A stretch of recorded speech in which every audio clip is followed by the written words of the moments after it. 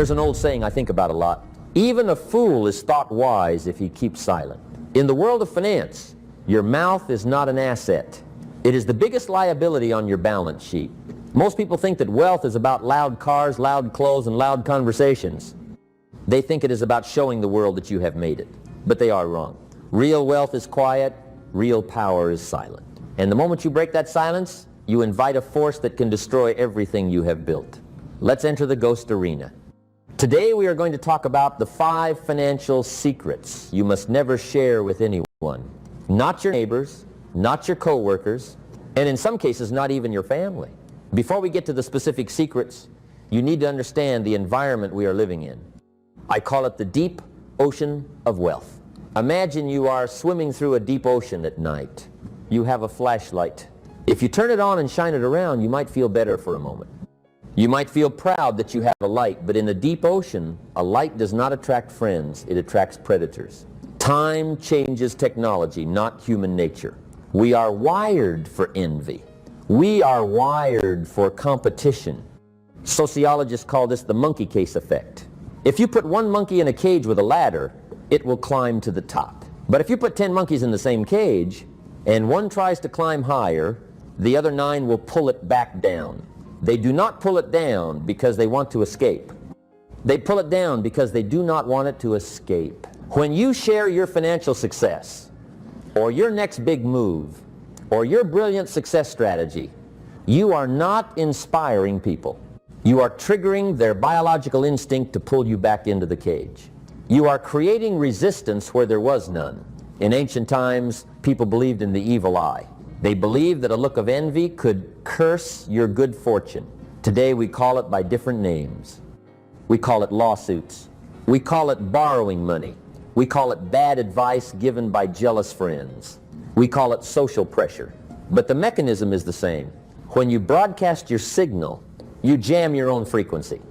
In the game of capitalism, information is the most valuable commodity. Think about how I work on my skills, let's say communication, leadership, or financial intelligence. Do I announce it to everyone around me? Do I post about it every single day? No. I go completely dark. I work in silence, day after day. Week after week, I build my position like a ghost, unseen, unnoticed. Why? Because the moment I start talking about my goals, I lose part of my advantage. The attention increases. The expectations rise. The distractions multiply. Others begin to compare. Some begin to compete. Some begin to criticize. And suddenly, what could have grown quietly must now perform under pressure. My edge comes from preparation no one sees. You want to believe that everyone wants the best for you. You want to believe that your friends will applaud when you make your first million. Well, let me tell you the brutal truth. Your success holds up a mirror to their failure. When you tell them you made money, they don't hear, "He is smart." They hear, "I am stupid." And to protect their ego, they will subconsciously try to sabotage you. They may question your decision. They may advise caution when courage is required. They may remind you of what could go wrong. And some may quietly hope you return to where you used to be, because that's where they feel comfortable. Silence protects you from all of this. Silence is not just about keeping secrets. It is a strategic camouflage. It allows you to move through the world unbothered. It allows you to compound your money without the friction of other people's opinions. Now we're going to walk through the 5 specific things you must keep in the vault. These are not just tips. These are the laws of survival. If you violate them, you leak your power. If you keep them, you build a fortress that no one can breach. Let's enter the ocean. Let us begin with the first secret. This is the foundation of the ghost arena. You must never, under any circumstances, reveal the exact number of your net worth. This sounds simple, but in a world of social media flexes and ego-driven conversations, it is the hardest discipline to master. You might feel the urge to tell your best friend that you just crossed the $1 million mark. You want to share the joy, you want a pat on the back, but you must understand the dark law of human psychology. Once people know the number, they stop seeing you as a friend. They start seeing you as a bank. I call this the audit trap. Let me explain exactly how this destroys relationships. When your friends and family think you earn roughly the same amount as them, you are peers. You are equals. If you go out to dinner and you say, I cannot afford the lobster tonight, let's get a burger, they nod. They understand, they respect your budget, but the moment they know you are sitting on a pile of cash, the dynamic shifts instantly. Suddenly, every dollar you spend is audited by them. If you refuse to buy expensive wine, they do not think you are being prudent. They think you are being stingy. They say things like, come on, Jim, you can afford it. You are rich. Why are you being so cheap? They feel entitled to your money. They believe that because you have a financial surplus and they have a financial deficit, you have a moral obligation to fix their problems. If you do not pay for the dinner, you are bad. Friend, if you do not loan them money for their car repair, you're selfish. You lose the right to say no without becoming the villain in their story. This is why you see so many lottery winners end up depressed and alone. It is not the money that ruined them. It is the fact that everyone knew about the money. They became a walking target. Every cousin they haven't seen in 20 years suddenly shows up with a sad story. Every neighbor has a business idea that just needs a little capital. When you reveal your net worth, you put light in the water, and you cannot blame the sharks for coming. That is what sharks do. You must also understand the concept of price discrimination. This is an economic term, but it applies to your daily life. When you walk into a negotiation, information is leverage. If a contractor comes to fix your roof, and he sees an old Honda in the driveway and you look like a struggling retiree, he gives you the fair market price. But if he knows you just sold your company for $10 million, the price of that roof repair just tripled. He is not charging you for the labor. He is charging you a tax on your success.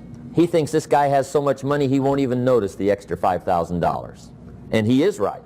He might not notice it, but that is how wealth bleeds away. You've probably heard the story before. Someone wins the lottery, becomes rich overnight, and within just a few years, the money is gone. They end up right back where they started. And by now, you probably understand why. So, if you want to get the best deal, you must be perceived as someone who needs a good deal. Just look at Warren Buffett. He has billions of dollars, but he lives in the same house he bought in 1958. He drives a modest car. People think this is just he being a quirky old man, but they're wrong. This is a strategic defense mechanism. And all around the world, countless millionaires and billionaires, just like Warren Buffett, have preserved and protected their wealth in exactly this way. I know what you're thinking right now. Okay, Jim, I get it. But how exactly am I supposed to do this? Tell me the method. Method is simple. When people ask how you are doing financially, you never lie, but you never tell the whole truth. You keep it vague, you keep it boring. You want them to think you are doing okay, but that you are not liquid. If they think you are cash poor, they will never ask you for a loan. And if they never ask, you never have to say no. And if you never have to say no, the friendship survives. Protecting your number is not about being secretive for the sake of it. It is about protecting the equality in your relationships. Money creates a hierarchy. If you want to keep your friends, keep the hierarchy hidden. Let them guess. Let them wonder, but never ever give them the receipt. Now we move to the second secret. This one is about your future. You must never reveal your next move until you have already made it. This applies to your biggest goal, your business ideas, and your career changes. There is a deep biological flaw in the human brain that destroys your ability to achieve big goals. Psychologists call it premature celebration. Here's what happens. You'll have a great idea. You decide you are going to start a company. You are excited. The adrenaline is pumping. So you go to dinner with your friends and you tell them everything. You lay out the whole plan, and your friends say, wow, that is amazing. You are so smart. That is going to be huge. In that moment, your brain releases a massive hit of dopamine. It gives you the pleasure of achievement before you have done a single minute of actual work. Your brain cannot tell the difference between the validation of talking about it and the satisfaction of actually doing it. So you go home and you feel full. The hunger is gone. You wake up the next morning and you have no drive to execute. You have already received the reward without paying the price. Talking is the enemy of execution, but there is a darker, more dangerous reason to keep your next move silent. It's called sabotage. Sun Tzu wrote in The Art of War, let your plans be dark and impenetrable as night, and when you move, fall like a thunderbolt. And then there are the critics. The moment you announce a big plan, you invite the skeptics into your life. They will tell you all the reasons why it will fail. They plant a seed, fear in your mind. And when things get hard, and things always get hard, that seed will grow into paralysis. You will start to hear their voices in your head. You will think, maybe they were right. Maybe I should just stay safe. You must protect your vision in the early stages of new ideas. Like a baby, it is fragile. It cannot survive the cold wind of criticism. It needs warmth. It needs protection. You have to keep it in the incubator of silence until it is strong enough to stand on its own. Do not tell people what you are going to do. Show them what you have done. Results are the only thing that cannot be argued with. You must learn to operate like a ghost. Think about the most powerful people in history. They did not broadcast their intentions. They moved quietly. They built their fortresses while everyone else was busy talking. Let the results make the noise for you. Let us move to the third secret. This is the one that separates the wealthy from the wannabes. You must never share your edge. Your edge is the specific knowledge, the unique strategy, or the unfair advantage that allows you to make money. In the business world, we call this alpha. It is the ability to beat the rat race. There is a fundamental law in economics called the efficient market hypothesis. It states that if a way to make money becomes public knowledge, everyone will do it and the profit will disappear. It is like finding a $20 bill on the sidewalk. You can pick it up, but if you tell 1,000 people there are $20 bills on that sidewalk, by the time you get back, they will all be gone. If you find a goose that lays golden eggs, you do not invite your neighbors to come and look at the goose. You build a fence, you build a wall. You put a lock on the gate, because if you show them the goose, sooner or later someone will try to steal it, or the government will try to tax it, or your competition will try to clone it. Look at Coca-Cola. Do you know what their most valuable asset is? It is not the factories. It is not the trucks. It is the recipe. The formula for Coca-Cola is one of the most guarded secrets in the history of commerce. It is kept in a vault in Atlanta. Only 2 people know the full formula at any given time. And they are not allowed to fly on the same plane. Why go to such lengths? Because if they published the recipe on the internet tomorrow, there would be 10,000 generic versions of Coke. Their margin would collapse. Their moat would dry up. They understand that secrecy is the source of their profit. But in the age of modern social media, people do the opposite. They find a way to make money. Maybe it is a selling business. Maybe it is a trading business. Maybe it is a real estate loophole. And what do? They go on social media and they teach everyone how to do it. They sell a course for $99. They trade their golden goose for a little bit of fame. And then they wonder why the strategy stops working. It stops working because you told the world. You created your own competition. You turned your alpha into beta. You must understand this brutal truth. If someone is selling you a map to a gold mine, it is because the mine is empty. If the mine was full, they would be digging, not selling maps. True winners are silent. They are busy exploiting the inefficiency in the market before anyone else notices. So if you have found an edge, keep it, protect it. Let them think you stumbled into success. While they are debating your luck, you are compounding your advantage. The moment you explain your magic trick, the audience stops applauding and starts trying to copy it. Never give away the recipe. Now we arrive at the 4th secret. This is the most painful one because it involves the people you love the most. You must never tell your children or your extended family exactly how much money they're going to inherit. There is a poison that destroys wealthy families. It is not drugs. It is not gambling.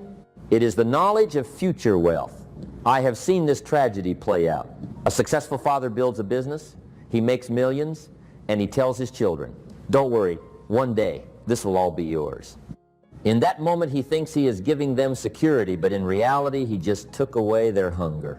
He took away their drive. Why study hard in school if you know you're going to be rich anyway? Why? Why take a risk and start your own career if you have a golden parachute waiting for you? We call this the waiting. The children stop building their own lives and start waiting for their parents to die. It sounds horrific, but it is a subconscious shift. My philosophy? And this is simple. You should leave your children enough money that they would feel they could do anything, but not so much that they could do nothing. And the only way to achieve this balance is to keep the number a secret until the very end. If they think they are getting nothing, They will work like they are getting nothing. They will build their own muscles. They will learn to hunt. And then, if you do leave them a surprise, it will be a bonus, not a crutch. The struggle is where character is built, and character is the only inheritance that the tax man cannot take away. And finally, we come to the fifth secret. This is the ultimate test of your character. You must never broadcast your good deeds, your charity, or your acts of kindness. We live in an era of virtue signaling. People give $10 to a homeless person and then spend that money on unnecessary showmanship. In my father's house, we learned about the inner scorecard versus the outer scorecard. The outer scorecard is what the world thinks of you. The inner scorecard is what you think of yourself if you do something good and you feel the need to tell. It means you are living by the outer scorecard. You are empty inside, so you need the applause of others to fill you up. But if you can do something magnificent, if you can help a friend in trouble, if you can donate anonymously and never tell a soul, you build something far more valuable than reputation. You build spiritual equity. You prove to yourself that you are a good person, not because you want credit, but because it is who you are. This applies to your struggles as well. Just as you should not broadcast your charity, you should not broadcast your grievances. There is a saying in football, never tell people your problems. 90% of them don't care, and the other 10% are glad you have them. When you complain, you show your belly. To show your weakness in the game of wealth is dangerous. You want to be impenetrable. You want to be the person who helps others but needs no help himself. Let us review the ghost arena. 1. Protect your net worth. Do not let them audit you. 2. Protect your next move. Do not let them sabotage you. 3. Protect your edge. Do not let them copy you. 4. Protect your inheritance plan. Do not let them fight over you. 5. Protect your good deeds. Do not let your ego corrupt you. If you can master these 5 silences, you will become a force of nature. The loudest person in the room is usually the weakest. They are loud because they are trying to convince you they matter. The quietest person in the room is usually the most dangerous. They are quiet because they already know they have the power. Be the quiet one. Let your results be the only noise you make. And when you finally step into the light, you won't need to say a word. The world will already know who you are.